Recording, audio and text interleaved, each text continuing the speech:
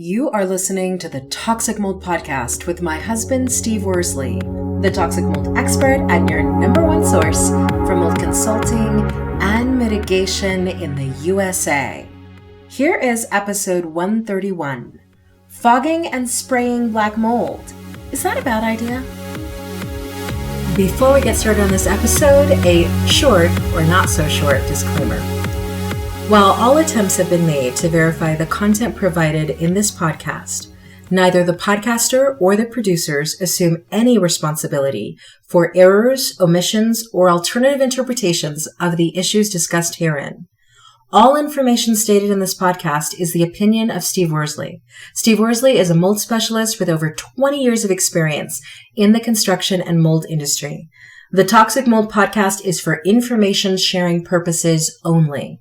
The views expressed are those of the podcaster and his alone. These views should not be taken as expert instruction or commands. While there may be references to medical conditions and symptoms, all solo podcast episodes are the opinion of Steve Worsley, and any medical questions or concerns shall be addressed with the appropriate licensed medical professional or professionals. As the podcaster refers to different mold types, please be aware that Steve Worsley is not a microbiologist, and questions concerning mold specifics should be answered by the appropriate professional. The listener is 100% responsible for his or her own actions. You can check out Steve's books on Amazon about mold and dealing with mold in your home at amazon.com/author/Steve Worsley. And if you're interested in scheduling a mold consultation, over the phone consultation with Steve, you can be sure to find out more about those and his availability at cnccontractorservices.com. Now, let's get to the episode. Welcome to a brand new episode of the Toxic Mold Podcast. Steve, I can't believe it's November. Yep, it's going to be Thanksgiving here before we know it's, when is that, like the 23rd, 24th? I'm not sure. 25th? I think it's the 26th. Oh, whatever. Best part is we've got 2 turkeys already frozen, so all of this stuff that they're talking about, no turkeys will be available. Everything is not, coming at the seaports or whatever. Yeah, We've got turkeys for days. I don't usually do much shopping here in town, and when I was in there the other day, they had some pork chops on sale, and some of the shelves were a little bare, but I'm not sure about this whole, we're not going to have anything. But yeah, we got our own turkeys, and if we can't, if we couldn't, I know where to kill some. So exactly. A little more work, but that's the benefit of living in the country. Yep, exactly. There you go. Today we're talking about fogging. So I'd never really heard about fogging until you explained it to me. Can you explain it to what is fogging and how is that theoretically supposed to work on mold? So the purpose of this podcast is can we do fogging as a standalone process? And that the answer is no. Okay. I've had people reach out to me, and we've done podcasts about this. We, sometimes we'll maybe cover something in this one that we didn't in the last one. But, more or less what happens is I come in, or a reputable mold mitigation company, and gives you a bid, and it's $20,000, and you're like, man, that's way too aggressive. They're extreme, and I hear every excuse in the book. Well, I can have this company, this green energy company, come in and fog it with, green chemicals, and they like to use those terms. For what reasons, I'm not sure. But they literally come in and fog your house, and they think that's going to get rid of the mold spores. And it doesn't. All it does is suppress those mold spores. You could actually be pushing them into different places. It's just not a good idea to do that as a standalone process.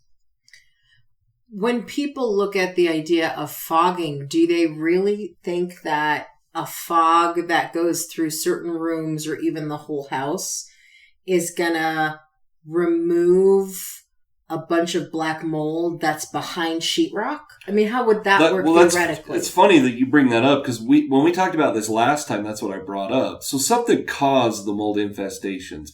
What people don't realize is, and I hear it all the time, well, mold's just natural. Yes, it is. But a mold infestation is not. So it's no different than usually the analogy I use is radon, which For our listeners, radon's a gas. We've done some podcasts about it. But radon is naturally occurring. It's the decay products of uranium and radium. But if it gets up to certain levels, it's not good. Well, mold's the same thing. It's like saying to somebody that has allergies, well, allergies are normal. Well, if you're someone that has pretty nasty allergies, they don't like to hear that. Like, well, that's just normal, because it's not to them. Yeah. So, going back to your question is, and I've done some research on it. I'm not going to go talk to anybody, any company that does it, because I don't buy into it. That's just not me. But they claim that whatever, they have the latest technology, that the chemicals they're using, that they're fogging with, which I don't even know what chemicals they use, because we do use a lot of different chemicals depending on what we're doing, what material it's on, what part of the process. But supposedly these chemicals, have these black mold sensors in them, and they go find the black mold and kill it. And that's literally kind of what they try to say. And for someone like me, I just, I kind of chuckle and I know better. And so it can't, to answer your question, no, it's not. It's not going to get rid of those mold spores. So when you say that something like using fogging as a standalone suppresses the mold, what does suppresses the mold to mean? Control it. So let's just say we're in a crawl space or a basement, any room. We have a full containment up. We have air scrubbers running. We HEPA back things. I'm not going to go over our processes because it's pretty detailed. But what we're trying to do is to suppress those mold spores. So what the fogger does, it's a mist. It brings those mold spores down to the ground so that it's not up in the air moving around and we're breathing it. We're fully protected anyways, but without going into all of our processes and what we do, but we use floor protection. There's a bunch of stuff we do, but it's to keep those mold spores out of the air and getting somewhere else. Okay. It's part of it, but we also have a containment. We also have air scrubbers and negative air machines. So we're attacking it from 5 different ways. But when I explain it to people, and I don't, people are like, well, what do you use? What chemical? I don't give all that information out. That's proprietary. What I've learned, over the years. But I just tell them we're using it to control the mold spores. We're not removing them. Now, can they be removed? Of course. They can be removed through the air scrubbers. They could be removed from the HEPA vacuums. There's all sorts of ways it could be removed. But once again, the very experienced mold mitigation technicians and companies, they know how all that works. But for our listeners, there's no containment. They just come in and literally, it's almost like a pest exterminator. They come in and just, blow this stuff around. And some people swear by it, and that's okay. If you want to pay somebody $4,000 every couple months to come in and fog because you think it's cheaper than actually fixing the problem, then that's up to you. And so the issue is, even when you suppress the mold with the fog, if you didn't correct where the water leak is, if you didn't correct the grading and the drainage, if you don't actually correct what continues to create the environment where a mold infestation can happen, you might suppress it with a fogging treatment, but it's going to come back because you didn't fix the issue that keeps feeding the mold. Exactly. We were talking about mattresses several weeks ago. We've talked about couches. And just think about it. So you suppress those mold spores, and let's just say, where are they going to go? To the top of the bookshelf? Down into the carpet? On top of the baseboards? At some point, those mold spores are going to get kicked back up. So if you're not removing those spores, which you're never going to get rid of all the mold spores at home, but the ones that are toxic are giving you issues. If that black mold is behind a wall cavity, and people would say, well, how are we exposed to it if it's behind a wall cavity? I say this all the time. Homes are somewhat pressurized, and it's high-tech equipment that I don't feel is worth it. But you can check, the air pressures and whatnot. But a home is somewhat pressurized. So you could have, let's say the mold is behind your shower wall. Well, if there's a void on the backside of the shower and the floor joists, it can get into the crawl space and then come back up somewhere else. Does that make sense? That makes sense. You'd be surprised, and we don't let anybody stay inside the property when we're doing mitigation, but you can really see what's going on with our containment vapor barriers. Yeah. It's not a vapor barrier, it's a containment barrier, but you can watch the plastic sheeting do what it's going to do. And it's a good example, and I say this to people a lot.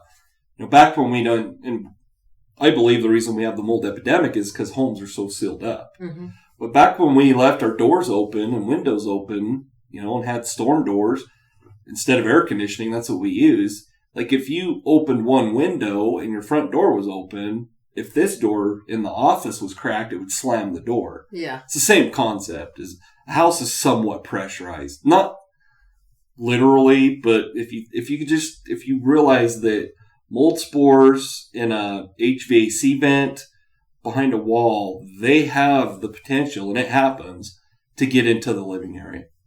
And then you start breathing it. Exactly. So what would you say to people who listen to this and they understand your logic and they're like, I agree with Steve, fogging in and of itself as a standalone treatment doesn't seem like it's going to fix all the issues, but I can't afford what Steve would offer.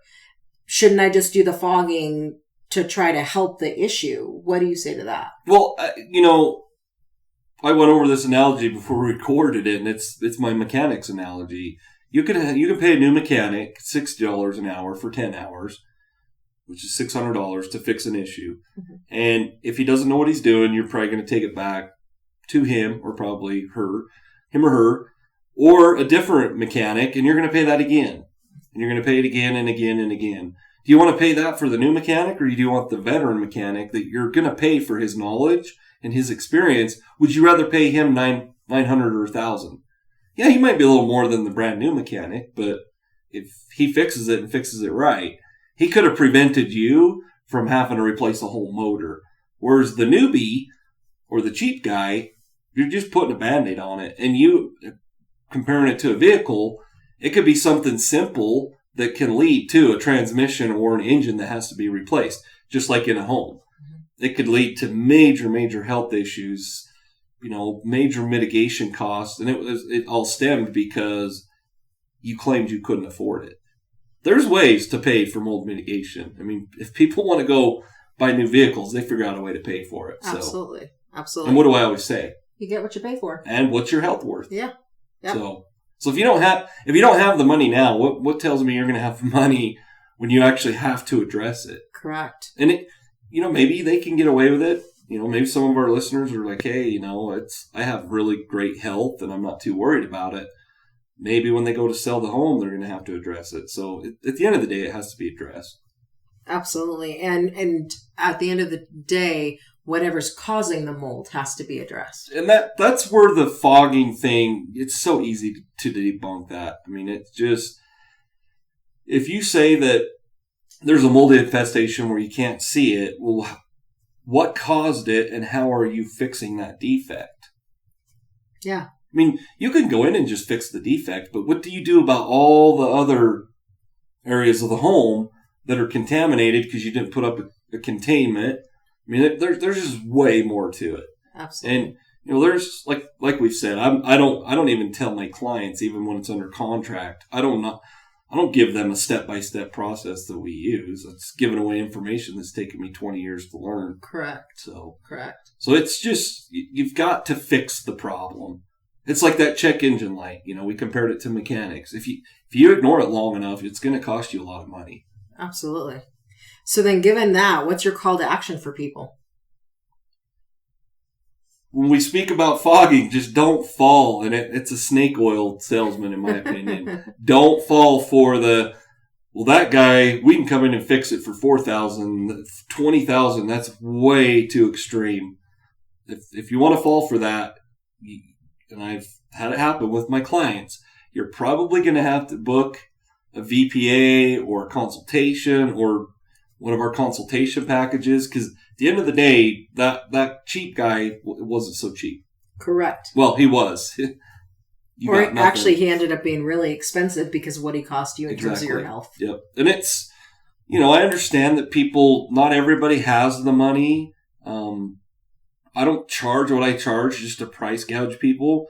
On the mitigation side, once I start explaining to people, especially recently, last year and a half, 2 years, our chemicals, our equipment, everything is just skyrocketed in price. But I explained to them, like, I'm not price gouging you. I can account for pretty much every line item of what we're doing. I don't tell them what we're doing, but when we're finished, and I've showed you videos, it's literally a white glove test. Exactly. I put a white glove on and I'll run my finger along the top of that door jamb, and that's how particular we get. And yes, people call it aggressive, people call it extreme, but if you want the cheap guy, I'm not the person. Even when it comes to consultations, I'm not going to tell you what you want to hear. I'm going to tell you this is what you need to do. Absolutely, which is why the virtual property assessments are a great way for people to work with you. Yep, it's been really handy even because I'm also a certified home inspector. It's been really handy for that side too. You know, for people that are kind of in a bind and they need to hurry and get an inspection done, and their local inspector can't do it for 3 weeks. I can usually get you in within a week and a half. So those are really handy too.